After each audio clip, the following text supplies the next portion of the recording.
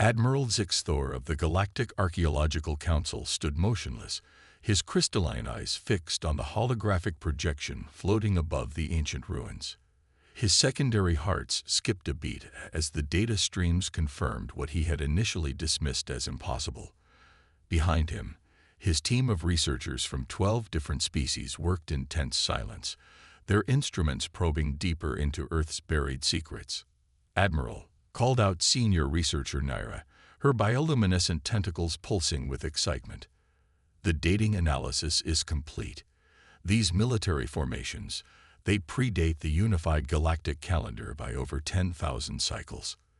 The admission sent a ripple of murmurs through the research chamber.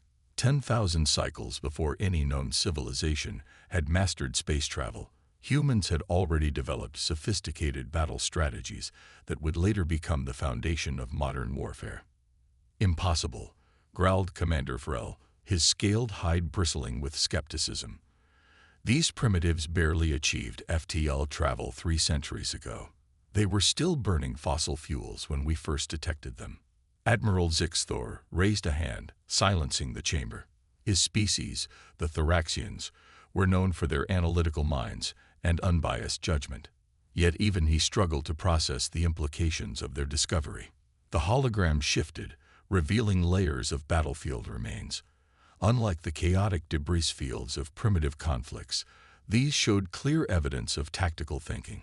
Flanking maneuvers, strategic retreats, and complex formations that had become standard in modern space warfare. "Look at these patterns," Naira continued, her tentacles dancing across the control panel. "The humans didn't just fight. They evolved their combat techniques through trial and error. Each layer shows advancement, adaptation, improvement. The evidence was undeniable. While other species had developed through peaceful cooperation, sharing resources and technology as they reached for the stars, humanity had forged its path through conflict. They had turned their planetary isolation into a crucible of military innovation." Admiral Zixthor moved closer to the hologram, studying the ancient human warriors' positions. "They learned to fight before they learned to fly," he mused. "Every other species in the Council developed space travel first, then adapted it for military use. But humans, they developed warfare independently," finished Vrel, his skepticism giving way to grudging respect. "They created battle tactics without any external influence. The implications were staggering. The Galactic Council had always viewed humans as latecomers to the cosmic stage, primitive beings who needed guidance and supervision. Their military capabilities had been dismissed as crude adaptations of alien technology. But now," "Admiral," called another researcher, "we found something else." A new hologram flickered to life, showing a vast underground complex. "This appears to be a training facility. The simulations they ran here, they're remarkably similar to our modern combat programs." Zixthor felt his crystalline structure vibrate with unease. Humans hadn't just developed military strategy. They had mastered it millennia before meeting their first alien species.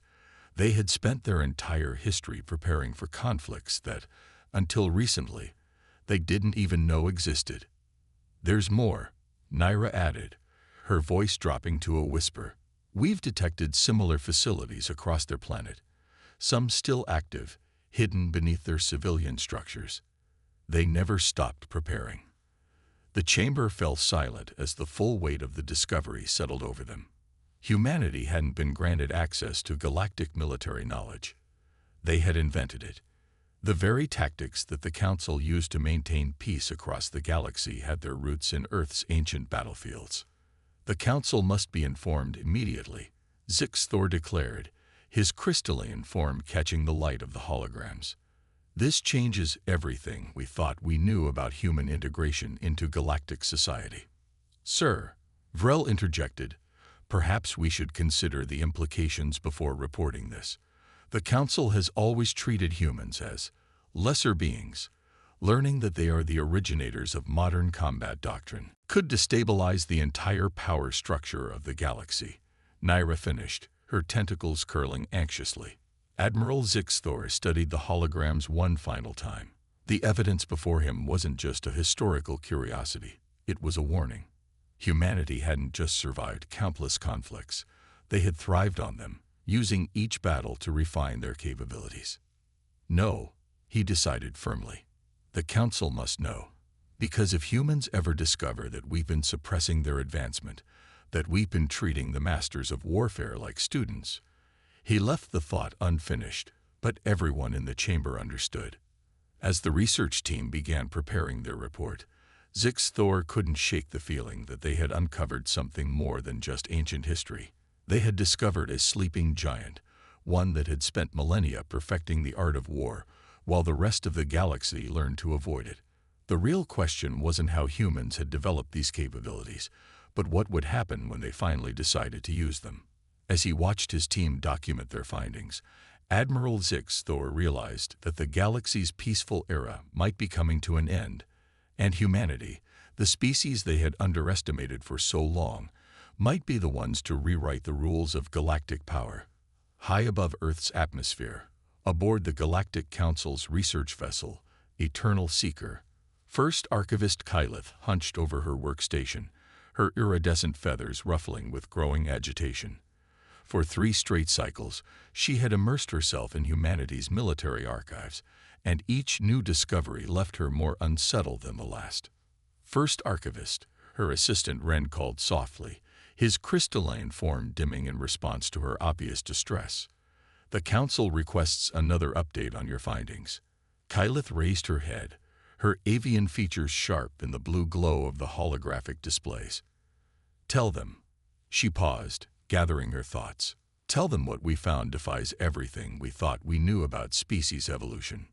The displays around her showed thousands of years of human warfare, each era more sophisticated than the last. While other species had developed technology first and weapons second, humans had done the opposite. They had mastered the art of combat before they had even harnessed electricity. Look at this, she gestured to a particular sequence, showing ancient battles across Earth's varied terrains. They didn't just fight in ideal conditions. They adapted to every environment. Deserts, mountains, oceans. They turned disadvantages into advantages. Ren moved closer, his crystalline structure reflecting the images. But surely other species. No, Kylith cut him off. Other species avoided harsh conditions. We developed technology to make environments suitable for combat. Humans, they learned to fight anywhere, with whatever they had. They call it asymmetric warfare. She pulled up another display, this one showing human military formations evolving over centuries. See these patterns? We thought these were universal tactical principles. But humans developed them independently, through trial and error, through countless conflicts. The images shifted again, showing human soldiers training in extreme conditions. They pushed themselves to breaking points, deliberately, not because they have to, but because they choose to. They call it being prepared. A new alert flashed across her screen, more decoded archives from Earth's military history. Kylith's feathers bristled as she read the data. By the stars, she whispered.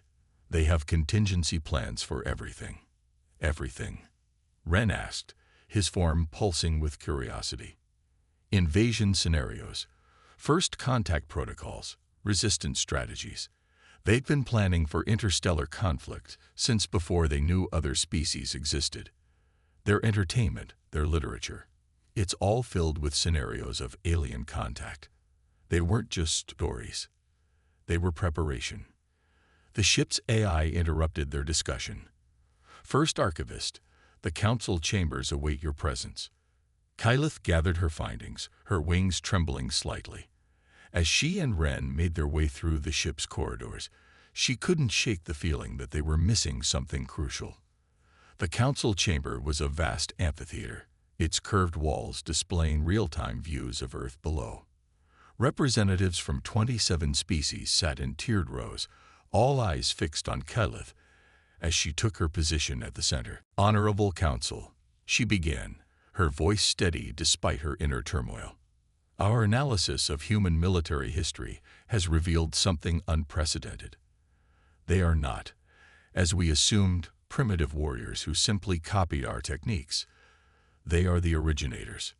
Murmurs of disbelief rippled through the chamber. Supreme Counselor Vex, a being of pure energy contained within a specialized field, pulsed with skepticism. Explain. Kylith activated her presentation, filling the chamber with three-dimensional recreations of human battles. These conflicts predate our earliest military records by thousands of years. The tactical principles we use today, flanking maneuvers, strategic retreats, force multiplication, humans developed these concepts independently. She showed them more. Ancient fortifications that predicted modern defensive systems, primitive weapons that evolved into devastating tools of war, training methods that pushed human bodies and minds to their absolute limits. But most importantly, she continued, they never stopped evolving. Even now, thinking themselves alone in the universe, they continue to innovate, to prepare, to improve. For what? Asked another counselor. What drives them to such constant preparation? Kylith's feathers rustled as she considered her answer. Fear, she said finally, but not fear as we know it. They don't prepare because they're afraid of failure. They prepare because they refuse to be caught unprepared. It's different. She brought up one final display. Current human military installations across their planet. They maintain these facilities even in peacetime. They train their warriors even when there are no wars to fight. They call it eternal vigilance. The chamber fell silent as the implications sank in. The species they had been quietly containing, subtly suppressing, thinking them too primitive to pose a threat, had spent their entire history preparing for exactly this situation. Supreme Counselor Vex's energy field flickered thoughtfully. And what do you recommend, First Archivist? Kylith looked around the chamber, meeting the eyes of each council member. We have three options. First, we can continue our current path of subtle suppression. But I'd warn you, if humans discover this, their response will be severe. Second, we can attempt to integrate them fully into galactic society, acknowledging their military expertise. Or third, yes, prompted Vex, we can prepare ourselves, because sooner or later they will discover the truth. And when they do, they won't just be angry. They'll be ready. As the council erupted into heated debate, Kylith stood quietly, watching the image of Earth rotating below. She couldn't help but wonder if somewhere down there, humans were already preparing for the day they would take their place among the stars, not as students, but as masters of an art the galaxy had forgotten how to practice. The true question wasn't whether humans would discover their heritage, but whether the galaxy would survive the revelation. Fleet Admiral Isabella Rice stood at the observation deck of the UES Vigilant, her weathered face reflected in the reinforced glass as she studied the stars. 25 years of military service had taught her to trust her instincts, and right now, every fiber of her being screamed that something was wrong. Admiral, Lieutenant Commander Patel's voice crackled through the comm. We've detected another anomaly in Sector 7. Same signature as the others. Show me, Rice commanded, turning to face the holographic display materializing before her. The data stream showed what appeared to be distortions in space, minute fluctuations that most would dismiss as background radiation. But Rays had been tracking these patterns for months, and they were too regular, too precise to be natural. Run it through the new detection algorithm, she ordered. The results confirmed her suspicions. Cloaked vessels, dozens of them, observing Earth's military installations. They're watching us, she muttered. Have been for years. But why reveal themselves now? The door hissed open as Strategic Director Marcus Wong entered, his tablet displaying classified reports from Earth's deep space monitoring stations. Admiral, you need to see this. We've decoded some of their transmissions. The translated text scrolled across the screen, and Rice felt her blood run cold. Words like containment, suppression, and primitive species jumped out at her. But it was the historical references that made her hands clench into fists. They've been deliberately holding us back. Wang said, his voice tight with controlled anger. Every technological breakthrough we've made in the last century. They've been there, subtly influencing our development, ensuring we don't advance too quickly. Ray straightened, her mind racing through the implications. Alert all fleet commanders. Initiate protocol Sleeping Dragon. Wang's eyes widened. Admiral, that protocol hasn't been activated since. Since it was written, I know. But this is exactly the scenario it was designed for. She turned back to the stars. We've spent centuries preparing for this moment, Director. Now we'll show them why. Across Earth's military installations, carefully hidden beneath civilian infrastructure, ancient protocols sprang to life. Ships that had appeared primitive and inefficient began shedding their outer shells, revealing advanced weapon systems that had been concealed for decades. Training facilities that seemed to focus on basic combat transformed into sophisticated warfare centers. Aboard the Eternal Seeker, First Archivist Kyleth's alarms blared to life. Impossible, she whispered, watching as human military installations lit up across her monitors. They're activating systems we didn't even know existed. The humans weren't just revealing their true capabilities. They were demonstrating levels of coordination and strategic planning that shouldn't have been possible with their supposed level of technology. In the Galactic Council chamber, Supreme Counselor Vex's energy field pulsed with alarm as reports flooded in. Human ships were moving in formations that mirrored ancient battle tactics, the very same tactics they had discovered in Earth's archaeological records. They knew, Vex realized. They'd known all along that we were watching them. Everything we've seen. Their primitive technology, their limited military capability. It was all a facade. Admiral Rice stood in the UES Vigilance Command Center, watching as humanity's true fleet emerged from its chrysalis. Ships that had appeared to be simple transport vessels revealed themselves as advanced warships. Defense platforms that had seemed primitive transformed into sophisticated weapons arrays. Send the message, she commanded. All channels, all frequencies. Her voice echoed across space, reaching every alien vessel in Earth's vicinity. To the Galactic Council and all observing species. For centuries, you've watched us, studied us, contained us. You thought us primitive, unworthy of our heritage. Today that ends. Across the galaxy, alien civilizations watched in growing horror as humanity's military capability revealed itself. The species they had dismissed as backwards demonstrated levels of strategic coordination that hadn't been seen since the ancient battles they'd uncovered. You thought you were watching us, Rice continued, her voice carrying the weight of centuries of preparation. But we were watching you, learning, adapting. Every weakness, every blind spot, every tactical flaw. We saw them all. You taught us patience, thinking you were teaching us submission. Instead, you taught us how to wait for the perfect moment to strike. In the council chamber, Kyleth's words echoed in everyone's minds. They weren't just preparing for war. They were preparing for this specific moment. Human ships moved with devastating precision, positioning themselves at strategic points throughout the solar system. Each movement was calculated, each formation perfect, the result of countless generations of warriors preparing for this exact scenario. We don't seek war, Rice declared, her voice firm. But we will no longer accept containment. Humanity claims its place among the stars not as students, but as equals. The choice of what happens next lies with you. The galaxy held its breath, watching as humanity's sleeping dragon finally awoke. The species they had tried to contain had instead contained themselves, waiting for the perfect moment to reveal their true strength. The game of shadows was over. Now, the real dance would begin. The Galactic Council's emergency chamber crackled with tension as representatives from 30 species argued over how to handle humanity's sudden revelation. Supreme Counselor Vex's energy form pulsed erratically, reflecting the chaos surrounding them.